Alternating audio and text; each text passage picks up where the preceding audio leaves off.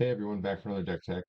This one is one of my oldest and favorite decks. It's got Sidisi Brood Tyrant at the helm, but it also has a companion in Gyruda Depths, meaning all of our cards are even costed. This deck really wants to fill the yard with incremental mill. Sidisi costs 1 insult tie for a 3/3, and whenever she enters or attacks, put the top 3 cards of your library into your grave. Whenever one or more creature cards are put into your graveyard from your library, put a 2/2 black zombie creature token onto the battlefield. Because our deck is so stocked full of creatures, we want to ideally be making a zombie with every instance of mill. The companion Gyruda is 4 and 2 Dimir hybrid for a 6/6 Demon Kraken. Whenever it enters the battlefield, each player puts the top 4 cards of the library into their graveyard, put a creature card with an even mana cost from among those cards on the battlefield. I personally love companions, the deck building choice. It makes sure that you have to really think about the card choices you're putting into your deck. It means you're not just going to run a pile of good stuff in your colors. The downside of this is we have very few turn 1 plays. We have Troll of Cosmic Doom cycling, Generous Ant cycling, and the incubation half of Incubation Incongruity, which lets you dig for a creature, which your deck is full of, so you should almost always hit. You want to have something to do when you can, but it's not a necessity because your deck does a lot of stuff when it gets the ball rolling. Speaking of getting the ball rolling, we have a lot of ramp on turn 2 because we want to try and possibly cast a command on turn 3 almost every game. Earlier, we can start getting those zombies going to bed. First, we have Tangle Florahedron. It's a 1/1 that adds green and it costs 2 mana. The nice thing is it's an NDFC, so if you have no land over the turn, you can play as a land instead. It will also count as a creature for when it gets milled. Next, we have Skull Prophet, Golgari for a human druid 3/1. The body is not super important. It is a creature for your deck, though, which is nice when you mill it. You can tap for black or green, and then you can also tap it to instead put the top 2 cards of your library into your graveyard, which will help our milling strategy. Next, we have Dreamscape Artist. It's a human spell shaper 1/1 for 1 in the blue. For 2 in a blue, you can tap it, discard a card, sacrifice a land, search your library for the 2 basic land cards, and put them into play, then shuffle your library. Notably, these lands come into play on tap, so this ability really only costs 1 mana, and it ramps you a land. The downside is you discard a card, but you want to discard giant reanimator targets in the yard anyway. Last, for 2-drop creature ramp, we have Bloom Tender.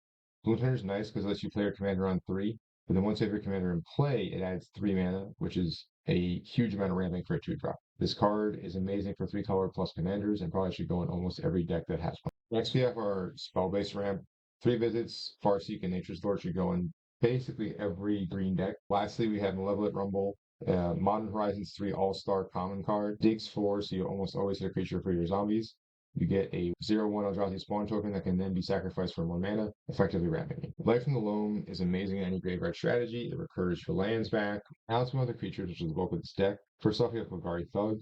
When it dies, you can put a creature card from your graveyard on top of your library, but more importantly, it has Dredge Force, so it can help us mill and make more zombies. Next, we have Mire Triton. It's a zombie itself, which is kind of relevant for our deck. It's got Death Touch, and when it enters, you can mill yourself 2 and gain 2 life for 1 in the black. Rotting Rats. When it enters, each player discards a card, including you. It's also got Unearth for 1 in a black. It's a 1/1, but you can use it, discard a reanimator target. Next, we have Bevel Strix. It's an artifact creature bird for blue-black. It's got Flying Death Touch, and when it ETBs, draw a card. This is just a good value creature that we want to have in our value-based deck. Next, we have Aftermath Analyst. When it enters, mill 3 cards. 1 in a green for a 1/3, but again, the body's not super relevant. You want that mill effect. And most importantly, for 3 in a green, you can sacrifice it to return all land cards from your graveyard to the battlefield. We're also running Urborg Lurgoyf. It's a Tarmogoyf variant with kicker, blue or black, and you can mill for each time it was kicked. This will help fill out our mana curve because we only have mostly even cost cards. This creature's power is equal to the number of creature cards in our graveyard, and its toughness is equal to that number plus 1. Even better is Fiend Artisan. It's 2 Golgari hybrid for a creature nightmare. It's a 1/1 as a base power, but it gets +1/+1 for each creature card in your graveyard, so this creature is almost always huge. On top of that, for X, and Golgari Hybrid again, and you tap it, you can sacrifice another creature of any CMC, and then you can search your library for a creature card with 4 mana cost extra less and put on the battlefield. Next, we have Void Reliquary. It has that same pump effect for creatures in the graveyard, but it also has Vigilance and starts as a 2/2. You can sacrifice a creature to tutor a land into play. By design, our deck pumps out zombie tokens to use as fodder for these creatures. Our last few 2-drop creatures help squeeze out more value from our graveyard. Snapcaster Mage, modern players are familiar. This gets you a spell back from your graveyard with flashback, including a reanimator spell. Next, we have Jace Vryn's Prodigy. It's a looter, but also you can flip it into a planeswalker that has that Snapcaster ability, which is really the entire point of us running it. It helps us put reanimator targets in the yard, but then it also lets us flashback a spell. Lastly, for this effect, we have Vohar, again another looter. This one has the upside of draining our opponents for 1 life when we loot a spell, and you can sacrifice him to again get that flashback ability on a spell, but only as a sorcery. We're also running Fairy Mastermind, just a generically good card draw 2-drop in our color. And our last 2-drop is not actually a 2-drop. It's No Priest of Oblivion. It's a vampire cleric with menace and lifelink. It's a 2/1. When it ETBs, if it was kicked, you return a creature card from your to the battlefield. Kicker cost is 4, but it's nice to have a creature-based reanimator effect for the deck that wants the mill creatures. Moving up to 4 drops, we have firstly Phyrexian Metamorph.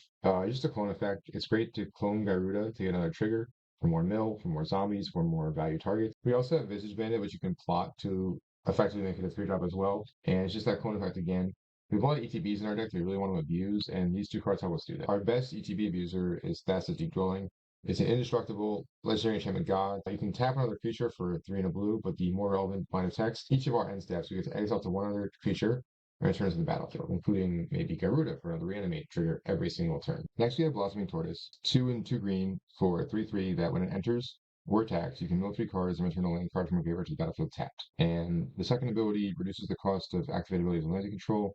That's not as relevant in this deck, but the main reason this is here is that in every graveyard deck, you're going to be milling over a lot of lands. And so any card that can get lands from your graveyard consistently to the battlefield is going to be almost an auto include. After that, we have Violent Tumor. As the name would suggest, this is just Entomb on a 2/2 body. It costs 2 and 2 black, which is kind of a lot, but it has Death Touch and it's a zombie, which again is kind of relevant for our deck. When you do Entomb a creature, your commander will give you a 2/2 body as well. This is basically 2/2 zombies and one with Death Touch for 4 mana. Again, you get that Entomb effect, which you can't actually run in our deck because it costs 1 mana. As we previously mentioned, this deck is going to make a lot of 2/2 zombies, which is not a super relevant body, but they are better in multiples. However, we also run Gothmog Morgul Lieutenant. It's 3 and a black. When it enters, you amass 1, which gives you an Orc Army, which is the only time we'll see that in this deck. But it gives your creature tokens Death Touch, which makes those 2/2s and that 1/1 you just made much more relevant. Another Lord of the Rings All-Star, Mirkwood Bats, is a shoe-in for this deck. It's flying, it's even costed at 3 and a black. And whenever you create or sacrifice a token, each opponent loses 1 life. Next, we have Wonder. If you're running this card in your deck, you want to see it in the graveyard. So we have a lot of mill, and we can even tutors of the yard if we want to. And this gives our creatures flying to control an island. Our ramp package plus the lands we're running, including fetches and shocks and other duels, will make sure that we have that island by the time Wonder's in the yard to give all of our zombie tokens as well as our more relevant creatures flying. One other great ETB card is Skyfish for Spider. It's 2 and Golgari for a reach spider. When it enters, you can sacrifice another creature. When you do, destroy target non-land permanent. So this will let us sacrifice one of our zombie tokens to just blow up any non-land on the board. And when it dies, we can gain 1 life for each creature card in our graveyard, which is going to be a lot of creatures, presumably. Next, we have Terror of Tawashi. It's a 4/3 demon for 2 and 2 black. But the important thing is when you attack with it, you can pay 3 and a black to reanimate. We're also running World Shaper. This card has definitely been power crept by Aftermath Analyst and Lumbra. You still want almost every version of this effect you can get because that effect is again so powerful. Our last 4-drop creature could almost be included in the bomb section. Kawata's Trader of Yet is 2 and a black for a 3/4 life, but then if a non-token creature an opponent controls would die, instead it's exiled, so you eliminate Aristocrats as a viable strategy against you, and you make a 2/2 black zombie creature token. And lastly, for 2 and a black, you can sacrifice these or other zombies to make Kalatas grow. Now we've made it to the bomb section, which is kind of why you're building your reanimator deck, let's be honest. So first we have Grave Titan. It's 6/6 Death Touch for 6, and it makes 2 zombies on entering or attacking. Now, you're not going to often be paying that 6 mana. You want to get this card back for free. People say it's been power crept, but those people are playing for 6. I don't want to cast my Faggots for 6. I want to reanimate them for free, or for 2 mana. I mentioned reanimating Faggots for free, which you can do off of the Gyruda trigger, but another awesome bomb we have is Gravespawn Sovereign. It's 4 and 2 black for a 3/3, which sounds underwhelming, but the ability here is huge. You can tap 5 untap zombies you control to put target creature card from a graveyard into play under your control. This is not just your graveyard, but it is also instant speed reanimator. This card makes all of your incremental mill that gets you zombies and your Grave Titan and your Kalatas and all your zombie creators so much more relevant. Another bomb is Massacre Worm. Whenever ETBs, creatures your opponent's control get -2/-2 until end of turn, and then as long as it's on the battlefield, whenever a creature an opponent controls is put into a graveyard from the battlefield, that player loses 2 life. This doesn't work with Kalatas out, but it does wipe the board for weenie decks and token decks. And then if they don't kill Massacre Worm before you put the trigger on the stack, they could just risk losing the game from all the life loss. This card is a great card to copy because once that number goes to -4/-4, and you have double the death triggers, even mid-range players with X4s could risk losing the game. Running Room Demon is probably one of our weakest bombs. It's again a 4 and 2 black 6-drop. It's a flying demon berserker. Enters, you play a mini fact or fiction game. If you choose 2 creatures, you get 1 in the yard, you get a free zombie trigger token, and then it's also just a big flyer to hit with. Next we have Vein Ripper. It's another big black flying bomb. It's got Ward, sacrifice a creature, which will help trigger its second and more important ability. Whenever a creature dies, target opponent loses 2 life and you gain 2 life. We have a lot of just incidental bodies, and so even just chump blocking an attack will maybe drain the opponent for like 10 life. Card is also Wrath Insurance because it counts both our creatures and opponent's creatures. So if a player casts a Wrath, you can make that player lose the game. Lumberl Bellow of the Woods. It's 4 and 2 green for an elemental bear with vigilance and reach. Its power is star with number of lands you control. But more importantly, when it enters, you mill 4 cards and return all land cards from Gyruda to the battlefield tapped. This means you make it a zombie trigger, which in 4 cards you almost for sure will see one of your 40 creatures. And then you get every single land you mill this game, plus the ones you mill just then, onto the battlefield, which will ramp you, maybe triggering Field of the Dead, and getting you more zombies. Speaking of zombies in Field of the Dead, we're also running Overwhelmed Hydra. This card is almost a must for me in any Field of the Dead green deck, but especially this one where you want more zombies. We have 2 bombs I want to talk about that are actually lands. The first is the aforementioned Field of the Dead. Every single land in this deck has a different name. So you have 6 basics, but 3 are snow, and this will get you zombie triggers once you get 7 lands. The second one is Crypt of Agadine. Most of our creatures are black. This land enters tap, which is not a problem because again you have no real turn 1 plays, and then for 2 and tap you can add black for each black creature card in your mana pool, which will ramp you out into Gyruda numbers of mana. We're also running the MDFC Disciple of Freyalise. When it enters, you get to sacrifice a creature and gain life and draw cards with its power, which is super great with all your giant creatures. The next problem we have is Hoarding Broodlord. It's 5 and triple black for a dragon. It's a flying 7/6 creature. When it enters, you can tutor for a card, exile face down, then shuffle.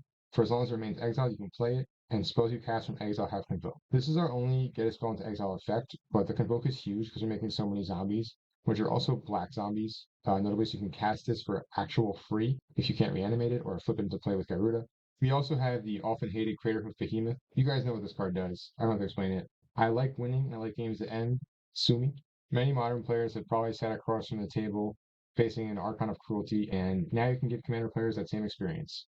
Last bomb is Cataract Leviathan. Not quite Cyclonic Rift, but you can cast it from the graveyard for its unearth cost and get a 5/5 hasty creature that also bounces every other non-land permanent. Finally, while our deck does want to have as many creatures as possible, some spells will still help you win games.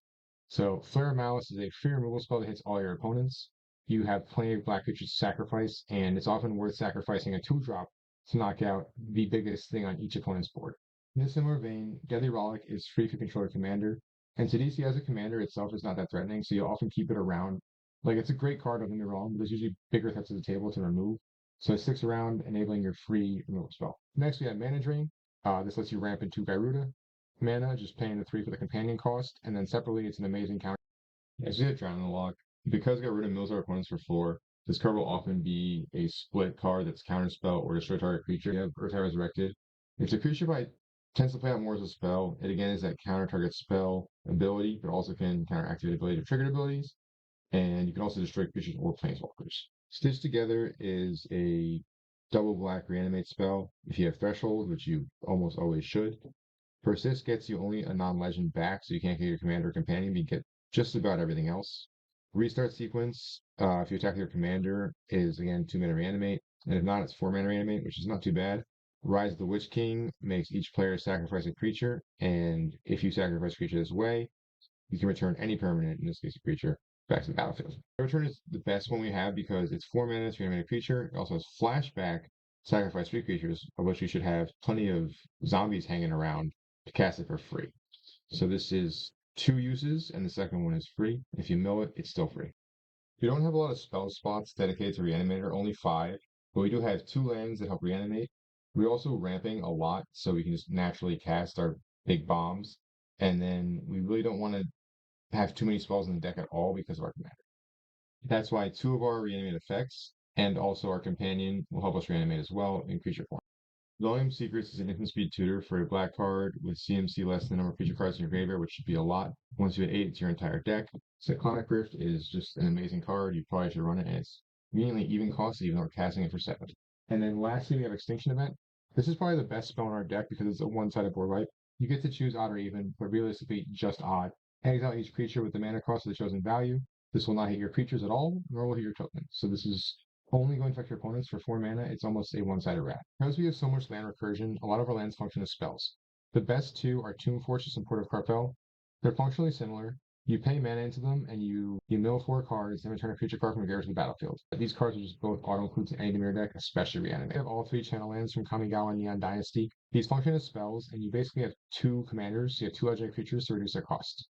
And then, even better, we have cards that return lands from our graveyard to the battlefield or to hand to reuse them as spells or just get them for free as lands. We're running Waterlogged Grove as our Horizon land just to draw cards. We're in Bog to fight enemy graveyards. Our only mainland is Restless Reefs. It adds blue with black, and for 4, you can make it a 4/4 shark with Death Touch that mills 4 cards, which will help you get more zombie triggers. And you can also get this back with the mainland, which makes it more effective than in a generic deck. The rest of the lands are focused on fixing. We have 2 fetches to get back from life in the loam.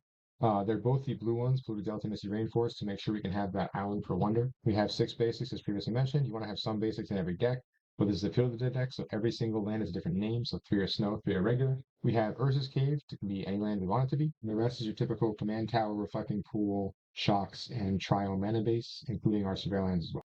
Lastly, we have Urborg and Yavimaya for fixing, and Phyrexian Tower for additional ramp, as well as the auto-include commander cards that check for how many opponents you have and come into play untapped. That concludes my Sidisi with Gyruda Companion deck tech. This deck is an awesome graveyard strategy that cheats into play huge threats while simultaneously going wide. Green gives you access to ramp, blue gives you counter spells, and black gives you those reanimator effects. This deck will keep churning out value to outlast your opponents and is super fun to play. Please, if you enjoyed this content, like, comment, and subscribe, and let me know if there are any interesting commanders you want me to try and build. I want to keep showcasing the commanders I found interesting enough to build on my own, but love the challenge of brewing new decks and explaining the thought process. Remember, stay frosty, my friends.